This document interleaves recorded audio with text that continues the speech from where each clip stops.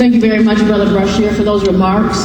I just want to reiterate how important those works that you are doing are. Our local government is very, very important. A lot of us, when we're talking about voting, we think about just those presidential elections, but it's important that we get those local individuals and have a voice in that government as well, because that's the part that impacts us day to day. Yesterday, the sister was out there doing voter registration, so I hope any of you that aren't already registered to vote did take a part in that and get your registration done. Next up, speaking of politics and city colleges, we bring to the stage Clyde Elamine, who's the former president of Olive Harvey College, one of the city colleges of Chicago.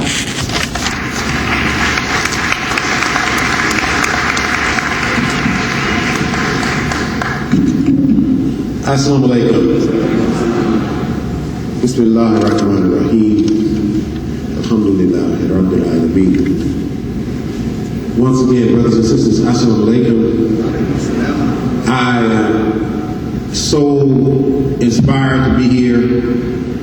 I want to thank Brother Rob Bashir for protecting my identity when he was talking about that president that told him that, you know, when I was working in city colleges, I was at Kennedy King College, that's the college he was talking about.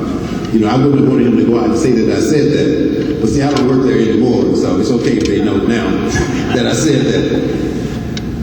But I do want to tell you some things. You know, I always fight Brother Elam. He asked me to get up here. Brother Elam, I don't need to be on the podium. I don't have a position anymore, whatever.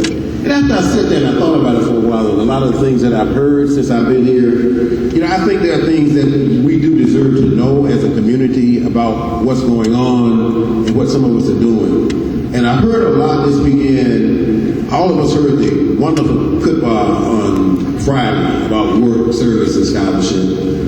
And, you know, I don't have to tell you how it probably touched me a lot. All of it touched me. Work, service, and scholarship. It touched me.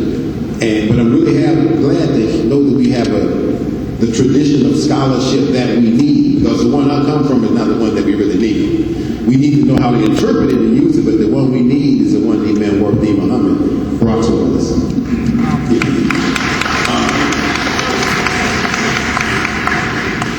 But I think some things I need to tell you are good news. One, we talked a lot, and you know, I've had a lot of conversations this weekend, and I'd say my first mentor in this community, Imam Qasim Ahmed, you know, we don't miss a chance to talk to each other. I don't miss a chance to listen to him. But a lot of what we said is about the young people, and I just can't get up here and not talk about the situation with the young people. One thing, next year, there are going to be a whole lot more people raising their hand and say they never had an ex than raising their hand and say they had an ex. Because we don't have a lot of young people. Yes, sir. If I had known I was not going to be able to talk him out of getting me up on the stage, I would have told him to tell you two things that I'm doing that I think you need to know as a community. One of them is Governor Quinn has a Muslim American Advisory Committee. We believe, we'd love to know if we're wrong, that this is the first state. What are you pointing to, Matthew? Oh, good, she's here. I don't have to talk anymore about that. So here. I didn't know she was coming. If she hadn't been here, I was going to cover her back. As I'm on the Governor's Muslim American Advisory Committee, so I can stop there. Now, what I want you to do is everything that Bashir said about the Imam leadership and how we're guided by the Imam leadership and these things we're doing in the community, just take that ditto, and I don't have to say that, and I can sit down. The other thing that I'm here in the position, quote unquote, I'm the co-chair of the board of the Imam, the Interstate Muslim Action Network. And if they had somebody else here, you really wouldn't even know that, because I'd love to stay in the background and let them be out front. I refuse to be the chair of that board because I wanted a younger person to be a chair of that board and let me mentor him from behind. So there's a young Muslim brother who's a chair of that board, younger than me now. He's not a teenager. He's in his 30s. That's a whole lot younger than me. And the reason I'm mentioning that, and there's another group over there called Hip Hop almost nobody knows they have anything to do with. And that's a youth empowerment group that's using hip-hop, the medium of hip-hop, to convey messages to young people that inspire them and empower them and help them to realize that they not only have the capacity but the responsibility to overcome a lot of these issues that they're dealing with. I'm telling you right now, I can't name probably but 2 hip-hop artists. I don't need to know hip-hop artists. I need to be there to share with them what I can, and they can talk to their peers. And I'm saying this not to tell you what I'm doing. You don't need to know what I'm doing. But I'm saying this, we got to get out and even connect with some of these things that are going on in our community that need our involvement to be successful. There are a lot of people doing good things in the community trying to help young people, but they need the insights that we bring. So we don't have to all go out and start something, but some of us need to do that too. There's so much going on that needs our input, that needs our perspective. What the Imam gave us has potency. And you really appreciate the potency of it when you get out and you start to use it. And I'm going to tell you, I'm not saying this to be the most humble person up here and be the greatest follower of the Imam or anything. I would have ever stepped up to be the principal or the director, whatever position I had under the Imam at the Claremont School. I would never have stepped forward to do that. I was just teaching class. I was so happy to be teaching a class under the leadership of Imam Deen Mohammed. I could have done that the rest of my life. And he called me to his house one day, Brother Kazim. I actually thought I was going to the Imam's house to get fired.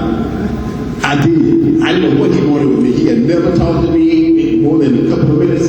So I said, I'm going to get fired. But then I said to myself, I said, well, I took about a $6,000 cut to come and work for the community. I guess I could live and get fired. Well, I came back with a whole lot on my shoulders that I didn't think I could handle. But his guidance and working closely with him and understanding that I was about to become a better educator than I had ever been by listening to him and his guidance. And had I not done that, I would not have been the kind of person that they wanted to become a college president, because I wasn't trying to do that either. Like he said, it was political. I'm not a politician. I was running from that. But they kept pulling me. And I knew it wasn't what I learned at the University of Michigan. And it certainly wasn't what I learned from their example. So I'm saying we got power. Allah has truly blessed us. And for what our ancestors have gone through, we earn the blessing, but we got to actually take steps to show that we deserved it. We got to give it away in many forms. So I'm wrapping up. I started to set my timer so you would never give me this. I got my Android. I think that's what I have. And I was going to put my timer on it. So I don't even need 2 minutes.